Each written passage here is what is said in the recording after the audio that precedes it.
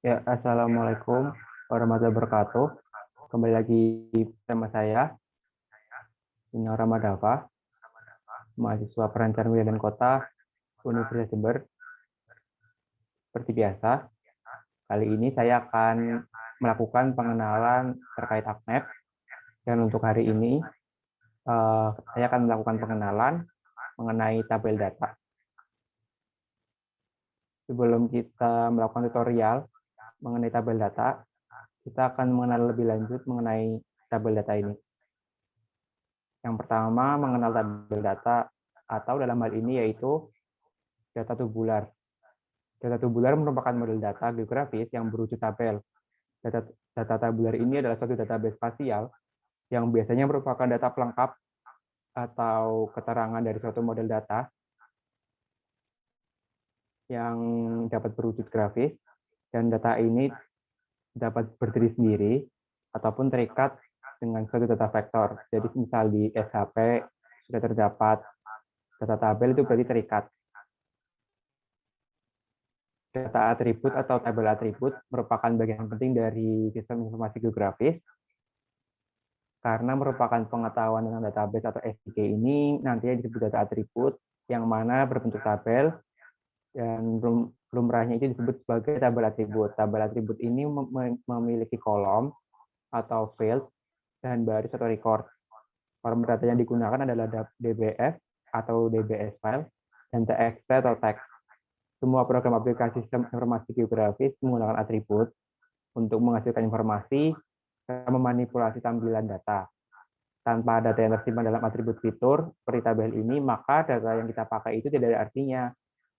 Karena semua operasi fitur harus selalu mempertimbangkan faktor atribut fitur yang diedit, terlebih pada beberapa perintah yang dapat menyebabkan perubahan fitur atribut. Nah, di ACMEP ini ada dua pengelola fitur atribut utama. Yang pertama, tabel atribut layer.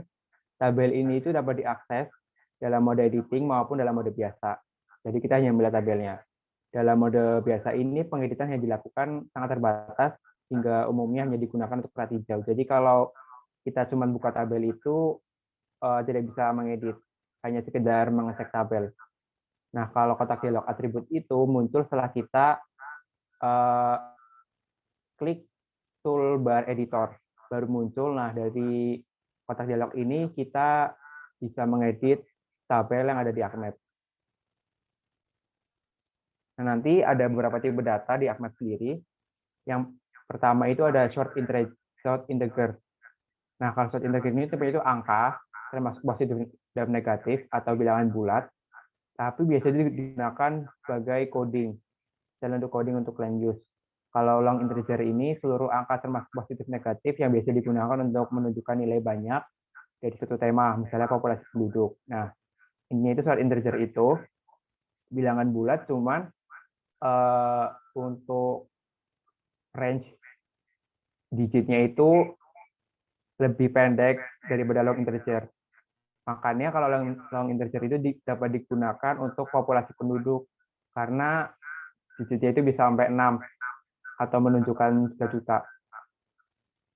Kalau float itu adalah angka nilai pecahan desimal yang range-nya itu sangat spesifik.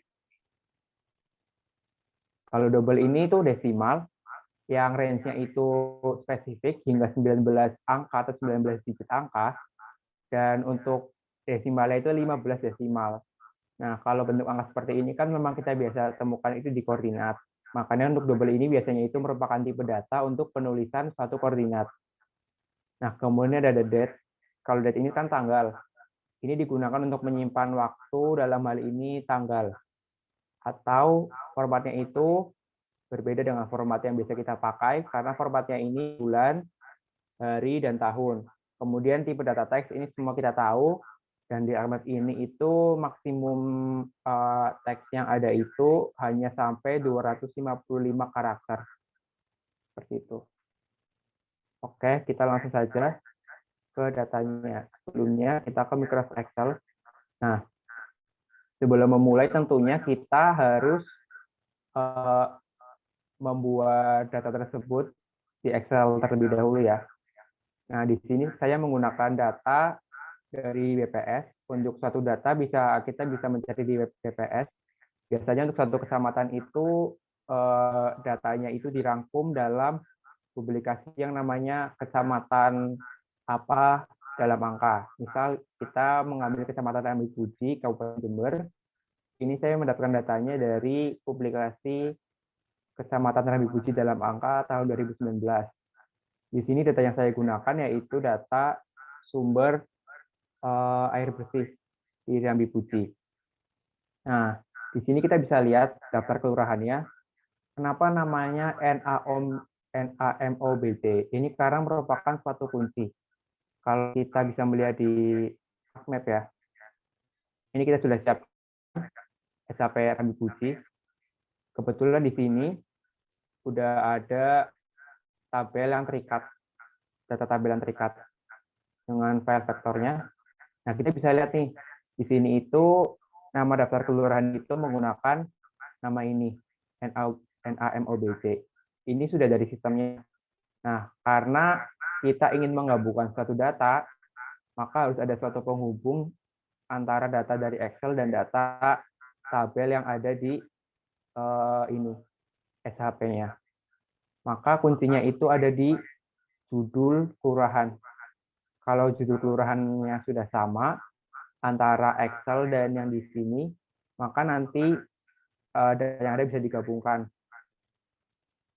Nah, pastikan untuk judulnya ini tidak ada spasi sama sekali.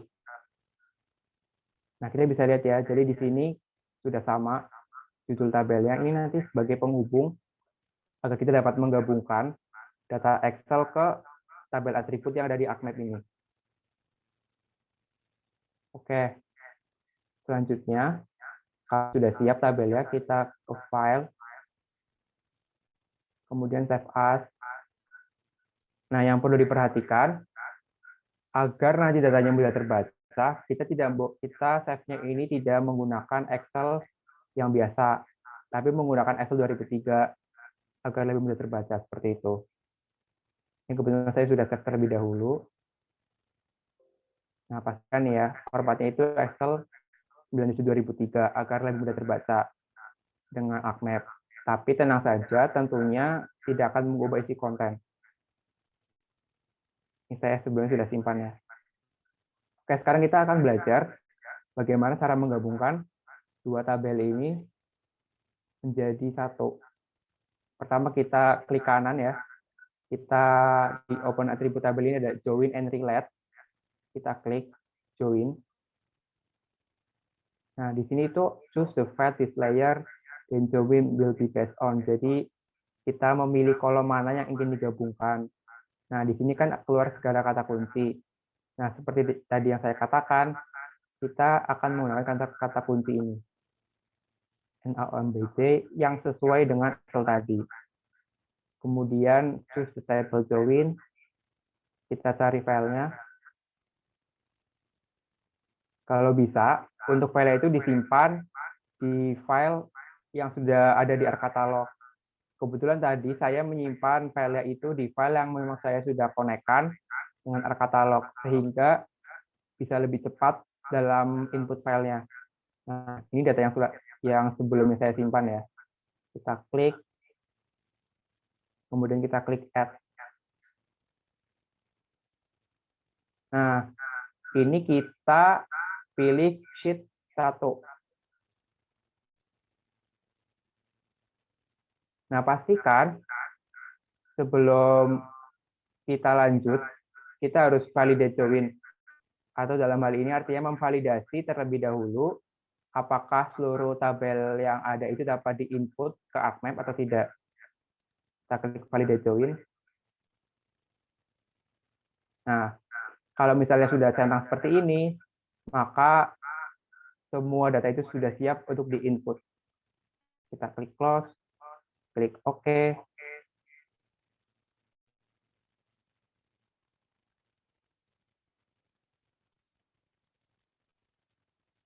Kita coba cek ya, apakah sudah ada. Nah, mungkin ini kayak tidak ada apa-apa. Biasanya itu memang di join-nya itu di bagian paling belakang. Nah, kita bisa lihat. Nah, Di sini data sumber mata air ya.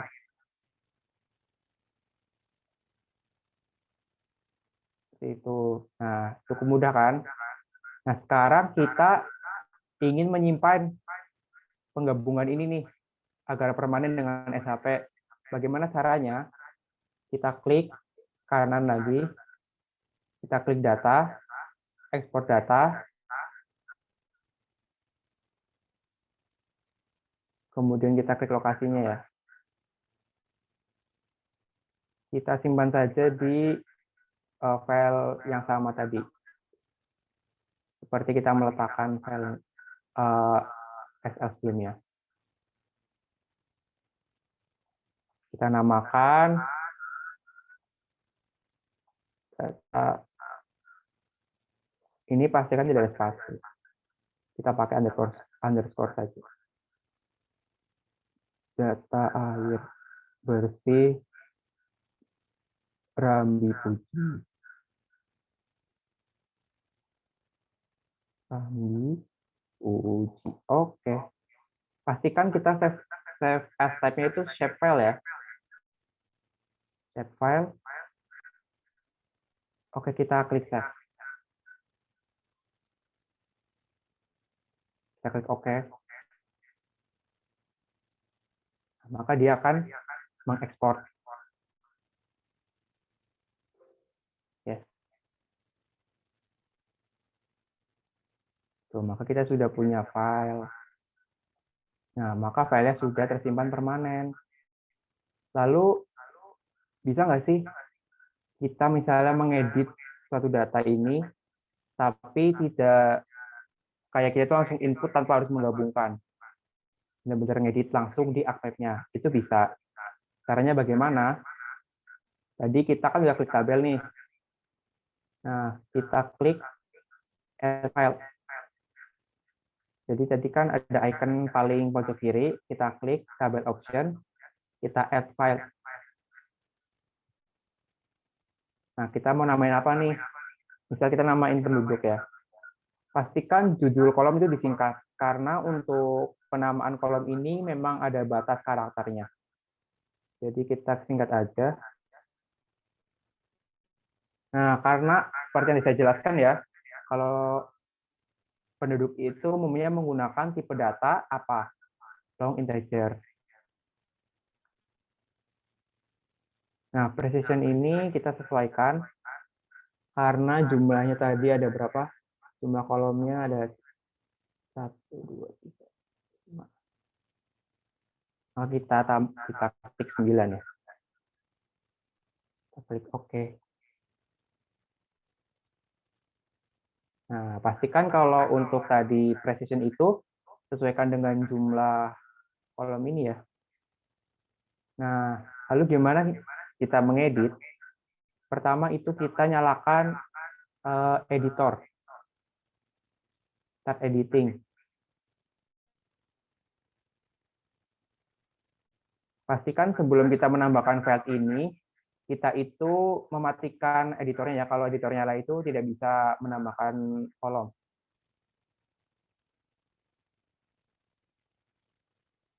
Langsung aja kita, misal nih penduduknya ada 30.000. Ini kita kira aja ya. 45.000, 7.000, 8.000, 9.000, dan seterusnya gitu ya. Tetap harus menyesuaikan data. Ini ya sekedar contoh. Nah, terus untuk menyimpannya itu bagaimana? Cukup dengan save edit. Klik save edit. Lalu seperti biasa, stop editing. Nah, seperti itu. Lalu semisal nih, ada kesalahan. Kalau untuk kesalahan, itu kita bisa langsung menghapus file yang ada dengan delete file. Jadi pastikan lagi untuk saat mendelete file ini, editor mati, kita cukup delete seperti ini. Yes. Tuh, maka file yang tadi kita buat itu akan hilang. Lanjut, Kita juga bisa melihat statistik atau grafik yang dihasilkan dari setiap kolom dengan cara kita langsung klik kanan aja judulnya. Lalu kita lihat statistik.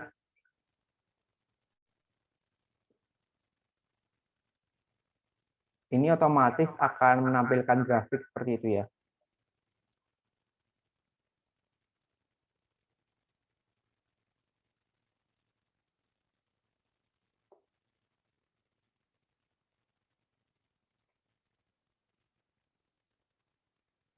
Nah, langsung ada keluar, maka di sini ada nilai minimum, maksimum, lalu ada jumlah, ada rata-rata.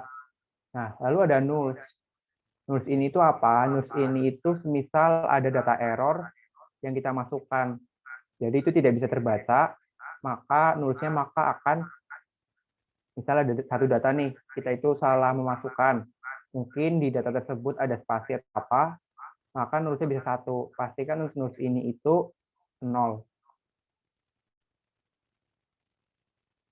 Oke, seperti itu saja tutorial mengenai data tabel. Kurang lebihnya mohon maaf. Terima kasih. Dan wassalamualaikum warahmatullahi wabarakatuh.